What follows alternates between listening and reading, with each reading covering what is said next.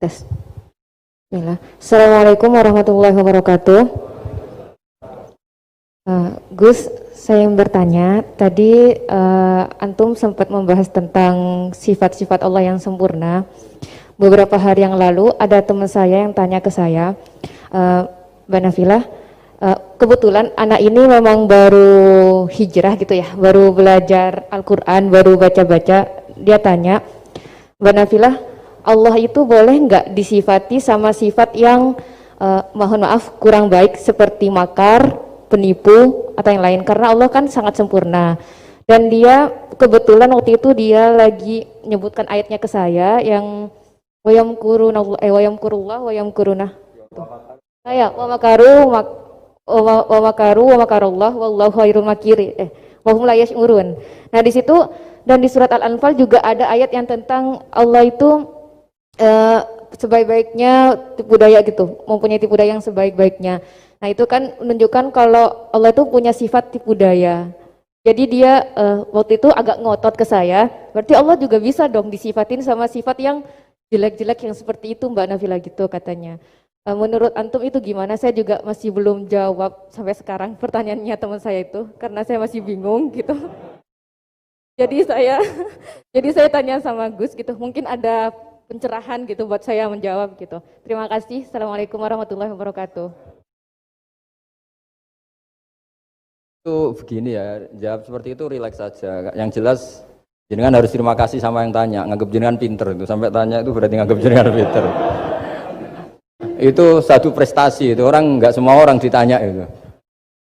Itu begini ya kalau dalam ilmu balaghah. Makanya saya ini kan pengajar ya, pengajar fikih juga pengajar balaghah, juga pengajar tasawuf, pengajar mantek. Kalau di pesantren kan memang semua itu diajarkan Pak Fatullah. Ini juga dulu mondok di buyut-buyut saya di Kudus itu, di pondok tertua di Kudus buyut saya. Makanya hormat saya itu bukan karena beliau punya etika, memang aturannya harus hormat gitu. Saya juga harus hormat beliau karena beliau rektor, ya sudahlah saling menghormati. Bapak itu kalau sama penanya itu hormat, ditanya, dia sudah sopan. Jadi kita harus menghormati orang sopan. Yang tanya hormat ke kita karena kita dianggap alim, kita hormat sama penanya karena orang sopan. Mau tanya itu juga gengsi loh. Masa dokter tanya itu kan ribet kan? Saya kemarin ditawani di Unisula, masuk dikasih dokter honoris causa. Kenapa Gus gak mau? Saya takut kalau masuk neraka, masa dokter masuk neraka kata saya. Kan ya tidak lucu juga itu. Akhirnya dokter-dokter itu, iya Gus, saya udah pernah kepikiran ya. Akhirnya mereka terus mau udah takwa, udah Gus kita harus takwa, kan malu dokter kok masuk neraka. Oh begini jawabnya ya. Semua ilmu itu harus kita pelajari karena melihat sisi ekstrimnya, sisi buruknya. Ya saya ulang lagi ya. Ilmu itu harus Anda pelajari karena melihat sisi ekstrimnya, sisi buruknya kalau kita tidak tahu. Sehingga dengan cara itu kita tahu secara serius. Misalnya nikah sekali gak sah kategorinya zina. Kenapa anak angkat dilarang oleh Islam? Saya ulang, kenapa anak angkat dilarang oleh Islam? Kalau mau baik saja, tapi gak perlu ada anak angkat. Karena apa? Sekali perempuan ini tadi ditulis misalnya binti Fathul Wahid, binti Bahauddin, itu nanti di KUA itu dikira itu walinya. Padahal hakikatnya tidak walinya. Maka enggak. Nah, ketika ini menikahkan, nikahnya sah enggak? Enggak kan? Karena dinikahkan oleh orang yang hakikatnya tidak walinya, itu satu. Sisi ekstrim kedua adalah ini nyata pernah terjadi. Anak ini kuliah terus pacaran. Ternyata pacaran sama kakak kandungnya. Jadi itu ceritanya ada anak dari Bojonegoro tipe anak angkat sama orang Jakarta. Singkat cerita sama-sama dewasa kuliah. Sampai pacaran, sampai mau kawin. Nah, pas mau kawin tuh yang lamar adalah Pak D-nya. Pak D yang Bojonegoro datang ke Jakarta. Terus dia ngetik, ini kok rumah yang dulu saya titipin ponakan saya. Ternyata itu adik kandung. Karena si adiknya tadi pakai binti langsung yang Jakarta. Sehingga anak Bojonegoro perasaannya pacaran sama anak Jakarta. Nah, di sini kelihatan betapa hebatnya Islam ketika benar-benar melarang anak angkat dengan makna menasabkan. Kalau dengan makna kasih sayang nggak apa-apa ya, tapi kalau dengan makna menasabkan nggak boleh. Paham ya? Karena ada sisi ekstrim nanti bahayanya tadi. Terus, nah ilmu balaghah juga gitu. Di antara sisi ekstrimnya ilmu balaghah adalah kalau kamu tidak memahami balaghah, maka kamu akan mengatakan Quran ini bohong. Karena kamu tidak tahu tasbih itu apa. Terus misalnya gini. Allah memaklumatkan di Quran bahwa orang kafir itu sumum bukmun umyun. Sumun artinya itu budak, apa tuli. Bukmun artinya bisu. Umyun artinya buta. Itu kalau kamu nggak ngerti balaghah, maka faktanya apa? Ternyata orang kafir tidak tuli, tidak bisu, tidak buta. Tapi kalau kamu ngerti balaghah akan tahu ini tasbih yang balik, perumpamaan yang sempurna, kesusastraan. Jadi kalau orang muji Nabi itu nggak boleh bilang anta kasamsi, itu kurang keren. Kamu ibarat matahari, kurang keren. Kafnya dibuang, anta samsun, anta badrun. Kamu matahari, kamu rembulan. Kalau orang sedang pacaran itu kalau bilang kamu ibarat bunga, itu kurang keren. Wah kamu ya bunga saya itu kan terus keren kayak. Itu balaghah. Nah, di antara balaghah itu ada namanya wal ityan bil kalimah lil musyakalah. Jadi mendatangkan kalimat bukan dengan makna semestinya tapi lil musyakalah. Musyakalah itu perimbangan. Wa makaru wa makarawah. Mereka bermakar dengan tipu daya. Wa makarawah, dan Allah pun melakukan itu. Berarti Allah menipu daya mereka. Ya enggak. Kalau dilakukan orang baik itu namanya kecerdasan. Tapi kalau dilakukan orang dolim itu namanya tipu daya. Jadi misalnya gini, ada orang bikin alarm supaya maling itu terdeteksi atau pakai CCTV, itu namanya kecerdasan. Tapi kalau maling pakai CCTV untuk kalau nyolong, ngerti pergerakan yang punya rumah. Jadi sama-sama melakukan itu, tapi beda. Sama mati juga gitu. Ketika kita pecundang, matinya mati sangit gitu. Tapi ketika kita pahlawan, matinya mati syahid. Artinya ya sama-sama mati. Nah, di balaghah itu ada istilah musyakalah. Musyakalah itu ayat itu sebenarnya banyak, Mbak. Ada yukhadi'una Allaha wa huwa khadi'uhum wa yamkuruna wa yamkurullah wa makaru wa makaru, itu banyak. Jadi di antara sisi yang harus kita pelajari dari ilmu balaghah adalah kalimat itu banyak yang tidak semestinya. Ya tadi misalnya kita bilang coba kamu jalan dulu. Kalau kita bawa mobil, maksudnya mobil itu jalan, kita duduk. Tapi kalimatnya tetap, sudah kamu jalan dulu. Mau naik mobil kok dibilang jalan. Jadi berdiri juga gitu. Ya yuhal muddathir kum fa'angzir. Kum berdirilah kamu. Berdiri maknanya mengurus sesuatu yang serius. Itu orang Arab bilang berdiri. Jika disebut wayuki munas sholat, dan mereka mendirikan sholat. Apa semua sholat itu bentuknya berdiri? Nah, nuruti cangkem elek kan protes ya? Makanya begitu juga sholat. Sholat itu harus menghadap kiblat. Yang benar aja. Kalau pas sujud menghadap apa coba? Menghadap tanah kan? Jadi kalau nurutin bahasa ini nggak ada yang benar gitu. Maka berhati-hatilah dalam bahasa, karena bahasa itu nggak jelas. Kalau kamu sedang senang istri kamu, mesti bilang gini, wah saya cinta kamu karena kamu cantik. Harusnya istrinya tersinggung. Sehingga gini, berarti suatu saat kalau saya jelek, Anda sudah tidak cinta kan? Kebetulan para istri tidak pinter, sehingga dipuji gitu ya seneng. Sebetulnya itu tidak pujian, itu bahaya itu. Berarti dia mencintai saya sejauh saya masih cantik. Kalau enggak, ya sudah macam-macam. Dan ya rata-rata macam-macam betul itu. Artinya bahasa itu nggak usah dimaknani. Makanya saya kemarin bilang sama Pak Rohidin itu, Bu ya UI itu kalau ngaji misalnya Bukhari dengan pemaknaan ulama. Karena maknani bahasa ini satu pekerjaan yang kalau tidak ulama tidak bisa. Apalagi bahasanya Rasulullah SAW. Bahasa itu susah. Dalam keseharian saja kita maknani susah, apalagi bahasanya Quran dan hadis. Ya contoh paling gampang gitu. Wa yuqimuna sholat, mendirikan sholat. Kita berdiri tegak demi bangsa ini. Memangnya perang harus berdiri, kadang harus di Arab kan? Jadi bahasa itu selalu sering, kalau di balaghah disebut hakikat dan majas. Ada makna hakikat, ada makna. Dan itu harus kita kaji. Kalau enggak ya fatal, memang hasilnya fatal. Kalau enggak ya. Makanya saya dulu ketika ngaji itu ya banyak santri yang agak kurang ajar betul. Sampai Sanghyang Rajana gini Pak Khalil, Anda orang teknik pasti tahu. Gus, soft paling baik itu yang mana? Soft awal kata saya gitu. Baru agak baik kedua, ketiga. Ya kalau gitu gampang Gus, masjid tuh bikin selatan utara, semuanya soft jadi awal. Selagi bentuknya barat timur pasti ada 2-3. Paksa mereka di soft awal dengan desain masjid Selasa Utara apa? Bukan panjang ya, selatan utara, sehingga semuanya di soft awal. Terus dia tanya lagi, lalu soft paling baik mana? Yang sisi kanannya imam kan itu urutannya. Ya sudah, imamnya letakkan paling selatan. Sehingga semua makmum posisinya di kanan. Ya kalau itu anjuran Islam ya didesain sak bangunannya. Ribet itu. Coba kalau kamu jadi kiai ditanya gitu mangkel apa enggak? Wah ini kurang ajar betul orang ini. Selagi bangunannya memungkinkan soft 2, 3, pasti nanti ada soft 2 dan dipaksa saja, yaitu tadi. Bangunannya memanjang selatan utara, imamnya diletakkan paling selatan. Terus saya gantian tanya, perdebatan NU dan Muhammadiyah, dan itu kalau mau dianalisis secara ilmiah, sebetulnya normal semua. Karena teks hadis itu memang butuh pemaknaan. Nabi, saya beritahu ya, Nabi itu kalau habis sholat, itu memang di semua teks itu akbala ali nabi wajih. Saya sering ketemu tokoh-tokoh Muhammadiyah ya baik-baik saja.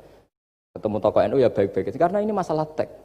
Saya ulang lagi, karena Rasulullah SAW idan sorofa min sholatihi akbala alaina biwajih. Nabi setelah sholat itu menghadap ke musolli, ke makmum, kira-kira kalau Indonesia menghadap ke timur. Tapi di sebagian riwayat, Nabi itu kalau habis sholat itu melakukan sesuatu yang menunjukkan kalau dia sudah selesai sholat. Jadi filosofinya itu yang penting memaklumatkan kalau beliau sudah sholat. Karena dulu itu begini, Nabi itu kan tokoh sentral ya, beliau akramul khalqi, beliau sayyidul anbiya wal mursalin. Jika orang tuh kadang lari itu dari jarak 7 kilo, 6 kilo, 7 kilo lari supaya menangi sholat bersama Nabi. Nah, ketika mereka jadi posisi masbuk itu tertinggal oleh imam.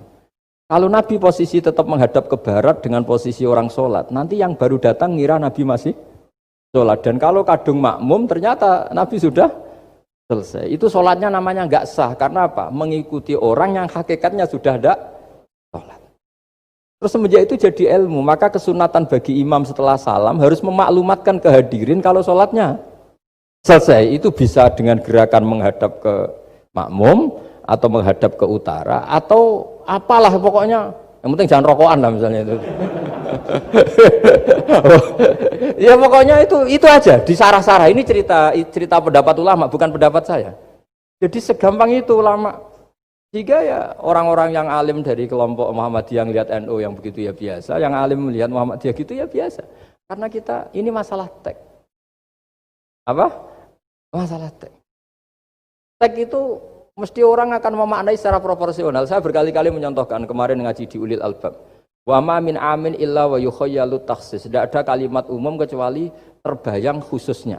Enggak boleh kalimat selalu umum. Misalnya saya contoh paling gampang itu tadi.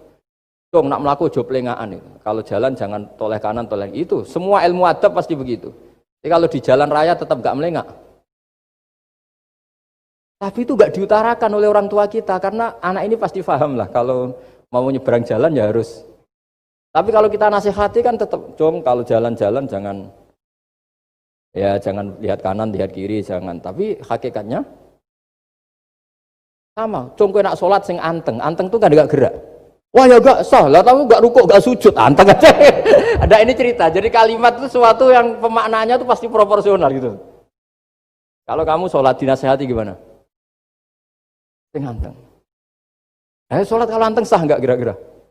Enggak sah kan berarti enggak rukuk, enggak sujud kan anteng aja diam aja.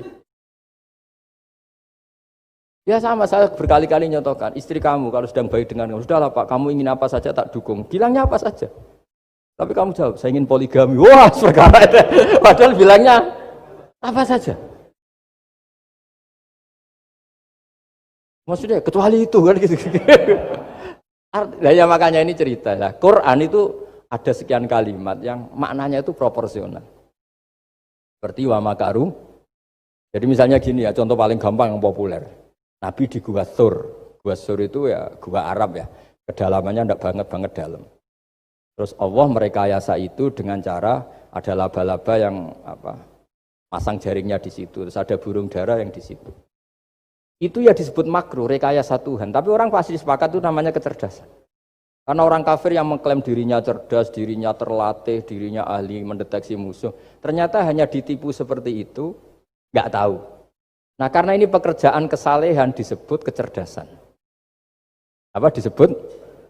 Tapi andaikan sebaliknya, nyuwun sewu, ada orang lari dari kejahatan, terus merekayasa seperti itu disebut rekayasa karena bentuknya kejahatan. Jadi ada sesuatu yang sama, tapi ketika dilakukan orang soleh itu baik, karena nanti itu disebut kecerdasan. Kalau dilakukan orang dolim itu buruk, karena itu disebut rekayasa. Ya kira-kira seperti itu. Baik, mohon izin satu lagi Ustaz dari komentar YouTube dari Bapak Kristiano Sulistianto. Gus, bagaimana dengan orang bodoh yang dijadikan sebagai pemimpin? Bagaimana dengan pertanggungjawabannya? Sekian, Ustaz. Begini ya, kalau bodoh dengan makna kita ini kan biasa mengkaji Quran ya, terutama kita yang di pesantren, yang dosen VAI atau siapa saja yang nekuni ilmu Quran. Ada sisi manusia itu punya sifat permanen yang oleh Allah disebut wa kanal insanu dzaluman jahula. Manusia itu banget bodohnya kata Allah. Ya banget bodohnya, banget dolimnya. Jika kita bilang bodoh itu sebetulnya bukan ngenyak ya. Ya memang manusia mau tidak mau harus bodoh lah. Teorinya gampang, yang perlu diketahui itu kan banyak. Toh kita harus dititipi ilmu hanya sedikit. Dari yang banyak tahu sedikit itu namanya apa coba? Bodoh kan?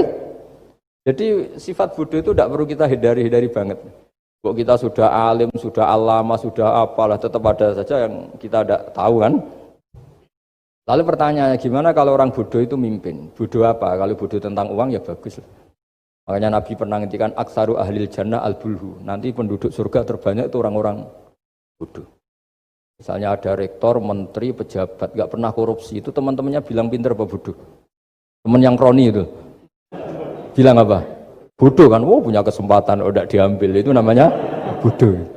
Tapi kalau malaikat bilang ini pinter gitu, karena bisa mengendalikan apa? Nafsu. Nah, makanya kalau pertanyaannya gimana hukumnya orang bodoh yang mimpin? Bodoh apa? Kalau bodoh cara mimpin ya memang keliru betul. Wong bodoh cara mimpin kok tetap mimpin. Tapi kalau dia bodoh, nggak tahu caranya korupsi, nggak tahu caranya selingkuh, nggak tahu caranya nggak bener, itu ya pinter itu. Karena Nabi itu yang unik kadang muji itu aksaru ahlil jannah al-bulhu, masyhur hadis itu. Kebanyakan penduduk surga itu orang-orang. Sampai Mbah Mun tuh kalau guyon ya lebih guyon dibanding jenengan. Kata Mbah Mun gini, aku itu saake, suar wargane wong-wong bodoh, saake, kenaan malaikat. Kan di surga itu orang akan dikasih sesuai keinginannya. Wong desa-desa itu taunya makan enak kan, dada, terus uduk gitu. Terus bayangkan cantik tuh ya orang, ya kayak gitulah orang desa rodok melek sidik ya cantik, terus bangir sidik ya. Karena surganya memberi yang diinginkan, akhirnya menunya ya itu saja. Karena dia kan nggak pernah makan pizza, terus nggak pernah melihat orang cantik Pakistan, Turki, jadi seleranya ya itu. Jadi kata Mbah Mun, mulane wong sing pengalaman, jadi kok surgane mewah. Itu kan bayangkan kamar mandi, mungkin ya kamar mandi di kampungnya kan itu udah bagus ini. Ya saya tidak tahu apa betul begitu apa enggak, ini guyon itu. Nah bodoh ya seperti itu. Jadi kalimat bodoh itu ada bodoh beneran, itu memang bener-bener bodoh. Tapi di beberapa ilmu tasawuf, bodoh itu kadang dipuji. Yaitu tadi aktaru ahlil jannah al-bulhu. Kebanyakan penduduk surga itu orang bodoh, ya kayak kita. Kalau kita rektor atau menteri keuangan atau pejabat, kok tidak korupsi, itu kata teman-teman KKN kita itu apa namanya? Bodoh kan, ada kesempatan kok nggak dimanfaat. Tapi kata orang-orang baik itu pinter. Pemimpin ya gitu Pak Rektor. Jadi saya merasakan jadi kiai. Saya itu nggak suka mimpin. Saya sebetulnya takut kalau orang ini tidak mandiri. Semua kok tanya kiai, semua tanya. Kadang orang sangat percayanya kiai itu ngasih nama anaknya saja tanya kiai. Padahal bisa baca kitab. Kadang ya dia doktor dari Al-Azhar. Kamu itu ngalim kok nama saja tanya kiai, apa memang kamu nggak bisa? Wah biar barokah Gus kalau nama dari jenengan, ribet kan? Ini kan ribet. Akhirnya saya tidak mau, barokahnya tidak mau itu terus mereka mau memberi nama sendiri. Makanya kata bapak saya itu kalau ono imam masjid wis tuwek ngimami terus, itu gak istiqomah hak jenenge, mau digenti jenenge. Jadi artinya kalau ada seorang imam masjid tuwek sudah batuk masih ngimami saja. Di satu sisi itu pinter ya, di mana-mana kalau ada yang tua sama yang muda ya didahulukan yang tua. Tapi kalau pertanyaannya itu kalau di bab adab, tapi kalau nanti temanya regenerasi, ini tersangka enggak? Ya saya ulang lagi ya, ada imam tua, sudah batuk-batuk. Kalau temanya akhlak dibenarkan, di mana-mana kalau ada yang tua yang jadi imam ya. Tapi kalau temanya regenerasi, tersangka kan dia. Nah ini lainnya gimana ini kok nggak regenerasi? Artinya gini, makanya saya bilang kalimat bodoh beneran apa bodoh yang relatif nisbi. Jadi manusia itu seperti itu, makanya disebut wakanal insanu zaluman jahula. Di bab adab dia benar jadi imam, tapi kalau babnya regenerasi, makanya kalau jadi pemimpin berkali-kali, makanya benar Indonesia dibatasin 2 periode. Harusnya kalau teori pengalaman, benar mana presiden ketiga sama kedua? Benar ketiga kan lebih punya pengalaman. Tapi kalau dibalik, pakai teori regenerasi, memangnya orang Indonesia hanya dia tok yang bisa jadi presiden? Tapi kalau pertanyaannya, yang belum pernah jadi presiden sama yang pernah jadi presiden, kira-kira mimpinnya tahu mana? Kalau ya, manusia itu bisa dibolak-balik gitu. Makanya saya berkali-kali bilang agama yang urusan sosial itu tidak ada pakemnya. Gimana hukumnya orang soleh berteman orang fasik yang dugem yang apa? Buruk. Gak boleh orang soleh berteman orang fasik, takutnya ketularan. Tapi kalau dibalik, boleh nggak orang soleh membina orang fasik? Boleh, bisa bina kalau berteman. Kamu bisa bina orang tanpa berteman. Tapi kalau pertanyaannya, boleh nggak orang baik berteman orang buruk? Boleh kan? Takut terkontaminasi. Tapi kalau dibalik, boleh nggak orang baik membina orang buruk? Boleh, bisa bina kalau berteman. Boleh nggak berteman sama orang buruk? Jadi makanya di sini ini kalau sudah sosial itu ada muktadul hal namanya kalau dalam pesantren itu. Konteksnya apa? Apa? Konteksnya apa? Makanya sekarang ada Covid itu juga gitu. Wah ini enak copet itu. Polisi nggak boleh nangkap, jaga jarak Pak. Jadi kalau nyopet ya sekarang, kalau maling sekarang. Kalau mau ditangkap, saya positif. Itu kan ribet kan itu. Jadi itu betul benar nyata. Saya kan punya santri polisi banyak Pak. Kemarin saya ke Semarang cerita. Yang cerita itu reskrim dia kasat. Itu cerita. Kemarin tuh ada Gus maling, udah ditangkap lepas. Itu yang jenis positif. Itu gak ada yang berani nangkep itu. Jadi polisi hanya ngepung tok. Bingung gitu. Polisi takut mah positif orangnya. Dikepung, pokoknya kalau lari tembak sambil nunggu tim APD yang lengkap baru ditangkap. Ya saya kira demikian.